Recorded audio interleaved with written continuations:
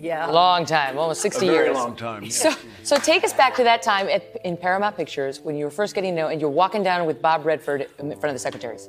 Well, we walked down the corridor of the administration building. You probably don't remember, do you? No. And I could not believe the secretaries. After a lifetime of silence, Robert Redford has finally said it out loud. At 88, the Hollywood legend confessed the truth he kept hidden for decades. She was the love of his life. But who was she? And why now? What made him speak up after all this time?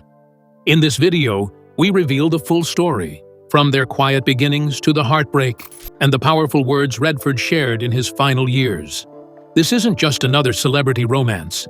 This is a rare look at love, loss, and regret from a man who had everything, except her. Stay with us till the end. The confession that shook Hollywood at 88. It was quiet, intimate, a rare interview where Robert Redford, now 88 years old, paused, looked back at a life filled with awards, fame, and unforgettable roles, and uttered something no one expected. Lola was the love of my life. For a man who built his legacy on mystery, charm, and stoic silence, this confession felt like a seismic shift. Fans and media were stunned. Redford had always been private about his personal life. He kept love behind closed doors and let his work speak for him. So, why now? Why speak about Lola Van Wagenen, the woman he married over 60 years ago and divorced in 1985? His tone gave the answer.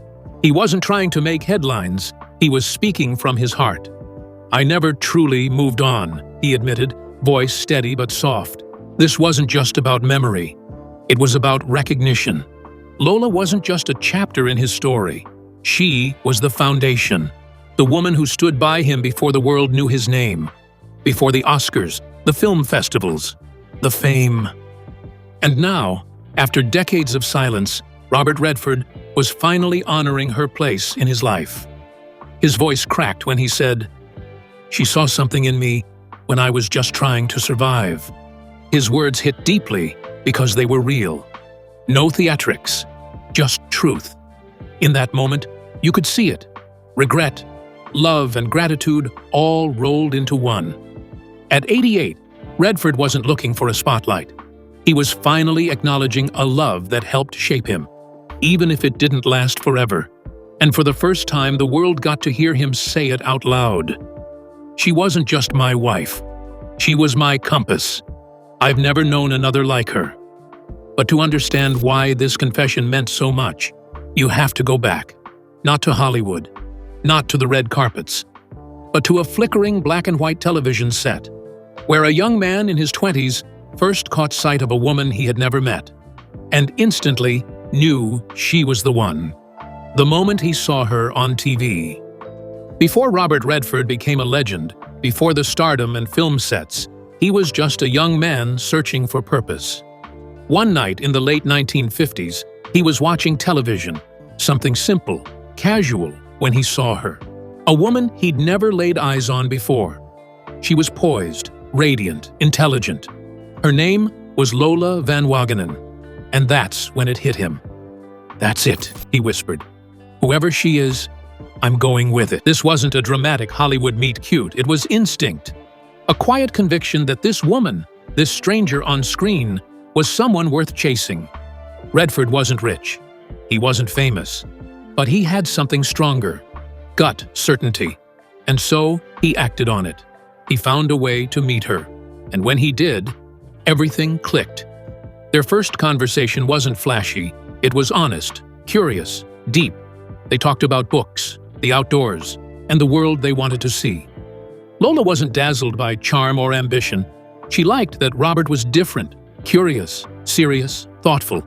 She had her own dreams too. She wasn't just another pretty face on TV, she was a young woman passionate about learning and protecting the environment.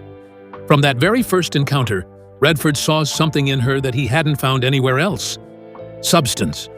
"She had a mind," he would later say, "and a strength I respected." From that moment on, their connection grew fast. Not based on fame or fantasy, but shared purpose. two young people still figuring out life, but willing to figure it out together. That first glance across the screen turned into coffee dates, long talks, and the beginning of something neither of them fully understood at the time, but both of them felt.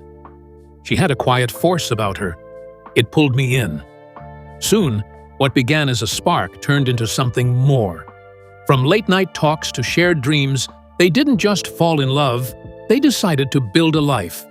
And they would do it not in Los Angeles or New York, but in the mountains of Utah, far away from the noise of fame, where their story truly began. University of Utah beginnings. In the late 1950s, the University of Utah wasn't known for celebrity romances. But for Robert Redford and Lola Van Wagenen, it became the setting of a quiet, powerful love story. They were both students, young, hopeful, driven by curiosity. While Redford studied art, still searching for his voice, Lola was drawn to history, activism, and the world beyond their campus walls. Their connection deepened through their mutual love of nature and learning. They weren't chasing trends or parties. Instead, they'd take walks through the hills, talk about politics, the environment, the kind of future they dreamed of. Redford once said, "She didn't just want to be someone's wife, she wanted to make a difference." And that inspired him. It grounded him. For a man who often felt restless, Lola became a kind of calm he didn't know he needed. They spent long evenings discussing films, books, and their frustrations with the world. While others around them were dating casually, Robert and Lola felt like partners, people who challenged and pushed each other. Friends who knew them at the time said they were always in their own world, not flashy, not loud, just deeply connected. "We didn't need much," Redford remembered, "just time and each other." In 1958, they made it official. Robert and Lola got married. It wasn't a glamorous wedding. There were no photographers, no gossip columns. Just love. Just the hope that they could build something real. They moved in together and started a life that, at the time, had no guarantees. No one knew who Robert Redford would become. But one person believed in him, fully, completely. And that was Lola. She was my first audience, and her faith carried me. But the quiet life they built in Utah was about to change. Robert had dreams that stretched far beyond the campus, and when the spotlight came calling, it didn't come softly. Fame would test everything: their love, their patience, and their future. What started in classrooms and canyons was headed straight for Hollywood. Marriage, dreams, and a rising star. In 1958, Robert and Lola stood together not just as newlyweds, but as true partners. They didn't have money, they didn't have fame, but they had a shared belief in one another. While Robert was chasing small acting gigs in New York, Lola worked, supported, and encouraged him at every turn. In her, he had more than a wife. He had a steady hand in a chaotic world. Their early days weren't glamorous. Robert was often jobless, taking on whatever roles he could get, on stage, in small TV parts, sometimes not at all. It was Lola who kept them grounded, never complaining about the lack of stability. "She made sacrifices so I could follow my dream," Redford would later admit. Even when they struggled financially, she believed in the bigger picture. Lola wasn't just helping him survive, she was shaping his vision. Her passion for history, human rights, and the environment challenged him to think deeply about the kind of work he wanted to do. She didn't want him to chase empty fame. She wanted him to tell meaningful stories. And slowly, those values began to seep into his craft. It wasn't long before Robert started landing roles that allowed him to dig deeper, not just as an actor, but as a thinker. By the early 1960s, Redford's name started to rise. TV gigs turned into film auditions. And each step of the way, Lola was there, raising their kids, holding down the fort, cheering from the sidelines. Fame hadn't arrived yet, but the foundation had been laid. One made of sacrifice, belief, and quiet strength. She built the base I stood on. I didn't always see it back then, but now I do. But fame doesn't come gently. It crashes in. As Redford's star began to rise, the life they had built together in the shadows of Utah was slowly pulled into the public eye. And that spotlight, as bright as it was, would begin to cast long shadows over their once private bond. The unseen strain of stardom. Robert Redford's big break came fast and hit hard. From Barefoot in the Park to Butch Cassidy and the Sundance Kid, he became one of Hollywood's most recognizable faces. Suddenly, he wasn't just an actor, he was a symbol. But with that fame came a heavy cost, and the first thing to suffer was his marriage. "It's hard to hold on to anything real when the world's pulling at you," he once said. For Lola, this new chapter wasn't exciting, it was invasive. Their once quiet life was now filled with camera flashes, long filming schedules, and reporters asking questions no one had the right to answer. Redford, always private by nature, began to withdraw. He threw himself deeper into his work, trying to make sense of a world that now constantly watched him. Meanwhile, Lola stayed home, raising their children and trying to preserve some piece of normalcy. Even when he was home, Robert was often distracted, his mind occupied with scripts, directors, and the weight of celebrity. Lola, as strong as ever, never complained, but the gap between them widened. "We were living in different worlds," Redford admitted. One was built on sound stages and interviews, the other on school lunches and quiet sacrifices. And slowly, that difference became harder to ignore. Still, they tried. They went on family trips, kept their personal life out of the tabloids, and made time for each other when they could. But the strain didn't disappear. It sat between them, unspoken, but always present. For Lola, the loss wasn't just about time, it was about connection. And for Robert, the guilt of that started to quietly grow. "I was chasing success and losing my center in the process." Yet even in the middle of that chaos, life delivered something even harder than fame. A heartbreak no couple is ever prepared for. A loss that would test not just their marriage, but their very ability to survive the pain together. Tragedy and heartbreak. In 1959, just 1 year after their wedding, Robert and Lola faced an unimaginable tragedy: the death of their infant son, Scott. He was just 2.5 months old. It's the kind of loss that reshapes everything. And for Robert and Lola, it carved a wound so deep that even time struggled to heal it. Robert was a young actor then, not yet famous. Lola, barely into her 20s, was now a grieving mother. The pain was suffocating, but they leaned on each other, not with big speeches, but with presence. "We didn't talk much," Redford once said, "but we stayed close. We had to." In that silence, they found comfort. Their bond, already strong, deepened under the weight of grief.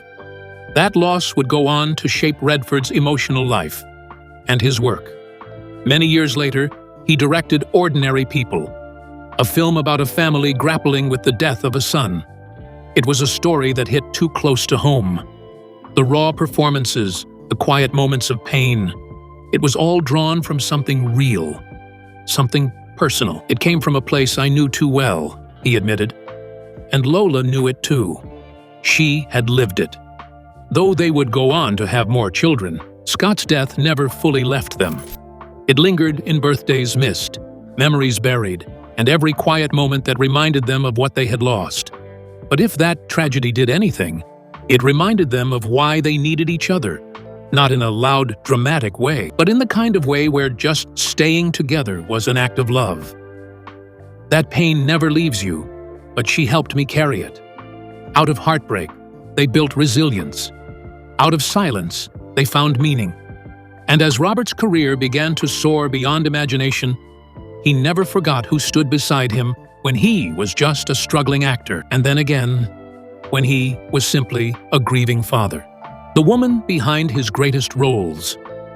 Behind every powerful man, there's often a woman whose influence quietly shapes history. For Robert Redford, that woman was Lola Van Wagenen. As his career accelerated, she wasn't just watching from the sidelines, she was guiding him. While Redford stood in front of cameras, Lola shaped the values that helped him choose which stories were worth telling. She reminded me why stories matter, he once said. In the 1970s, Redford had become a major star. He had the power to take on any role, but he started making choices that reflected something deeper. Films like The Candidate, All the President's Men, and Ordinary People weren't just box office hits. They were commentaries on real issues. From politics to grief, his work started mirroring his conscience. And that conscience, he often said, was rooted in the conversations he'd had with Lola. Lola, an activist and historian in her own right, had strong beliefs about truth, responsibility, and using your platform to make a difference. Those beliefs rubbed off on Redford. In interviews, he's credited her influence in making him more thoughtful about the roles he accepted and the messages behind them. It wasn't about stardom, it was about meaning. She kept me aligned, he said. She had no tolerance for fake. Even when their marriage began to strain, her impact never left him. Redford became a storyteller with a mission, someone who didn't just entertain, but challenge. And it all traced back to the woman who believed in the power of story long before Hollywood ever called. She was the first person who told me my voice mattered, and I listened. But even shared ideals and deep respect couldn't always hold back the waves of change. After nearly 3 decades together, the cracks that had formed quietly began to widen, and eventually they faced the most difficult decision of all. Not because the love was gone, but because life had pulled them too far apart. When love can't survive the spotlight. After 27 years of marriage, Robert and Lola divorced in 1985. There was no scandal, no explosive headlines, just a quiet, mutual decision to part ways. They had weathered fame, grief, and the demands of raising a family. But in the end, the strain of living separate lives under a single name became too much. It wasn't anger, Redford said. It was reality. Fame had become a third party in their marriage. Redford was constantly on the move. Film sets, interviews, red carpets. Lola, who had always valued privacy, grew more distant from the life they once shared. The emotional distance between them had grown too wide to ignore. Redford once reflected, "I was becoming a stranger in my own home." Still, the end of their marriage didn't erase their respect for each other. There were no bitter public statements, no tell-all interviews. Instead, there was dignity. They remained in each other's lives, focused on raising their children with care and keeping their past sacred. Lola continued her activism, and Robert carried on with his career. But something had shifted. Something irreplaceable was gone. Even years later, in interviews, Redford spoke with softness when her name came up. No bitterness, just memory. "She was part of my life's rhythm," he said. "That doesn't go away." Their marriage may have ended, but the connection remained, and perhaps so did the love. We didn't stop loving each other, we just stopped being able to share the same path. Though the marriage ended, the bond endured. Time moved on, and so did their lives. But the invisible thread between them stayed intact. And in the years that followed, that quiet connection would grow into something even more powerful. Mutual respect, shared history, and a kind of love that outlives even divorce. A respectful distance, a lasting connection. After the divorce, Robert and Lola didn't disappear from each other's world. They simply stepped back. Their focus turned to their children, to healing, and to building separate lives that still occasionally intersected. While many Hollywood splits turn ugly, theirs never did. That was never their way. "We had a history," Redford said, "and history deserves care." They stayed in touch, supported each other from afar, and continued co-parenting with intention. Lola remained a force in environmental activism and education, even earning her PhD later in life. Robert, meanwhile, focused on directing and preserving independent cinema through Sundance. They both found success in their own lanes, but that deep mutual respect never left. Whenever Redford was asked about love, he chose his words carefully. He didn't talk about regret, but about timing, about how the life they once had still lingered in the background of his work, his thoughts, his memories. In one rare quote, he admitted, There's a part of me that always stayed with her, quietly. And that quiet part, still loyal, still tender, followed him into his later years. They were no longer a couple, but they were still a story. One written in chapters of growth, loss, purpose, and reflection. Redford never remarried her, but he never erased her either. And perhaps that's what makes their story so rare. Two people who couldn't stay together, but never truly let go. Some love doesn't end, it just changes form. Transition, 60 words. And as time passed, and the spotlight faded just a little, Robert Redford found himself returning, not to Lola's doorstep, but to her memory. In quiet interviews and reflective moments, her name came up again, and slowly, the world began to realize he never truly stopped loving her. More than Robert's former wife. After their divorce, Lola Van Wagenen didn't vanish into the shadow of her ex-husband's fame. She stepped into her own spotlight. But it wasn't the Hollywood kind. It was a quiet light fueled by purpose. Lola became a devoted environmental activist and historian, earning a PhD and founding organizations focused on education and sustainability. While Redford commanded screens, Lola helped shape the world behind them. She wasn't just passionate, she was relentless. From launching educational initiatives to producing documentaries on women's history and climate change, Lola stayed true to her core values. She rarely gave interviews, but when she did, her focus was always on the cause, never on the past. She's always been about moving forward, Redford once said. She never needed the spotlight, just results. Her work echoed the very traits that once drew Robert in: strength, grace, and a deep sense of responsibility.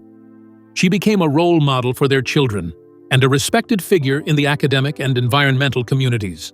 And while she rarely spoke of Robert, her actions spoke volumes about the kind of person she was: dignified, private, and always working towards something bigger than herself.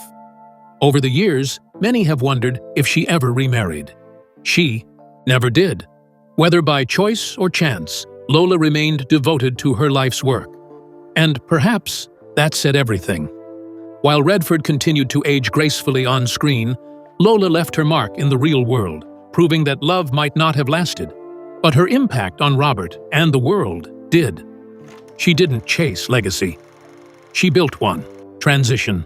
60 words. But as Lola quietly transformed lives through activism, Robert was entering a new phase of his own. Looking back. With age came reflection.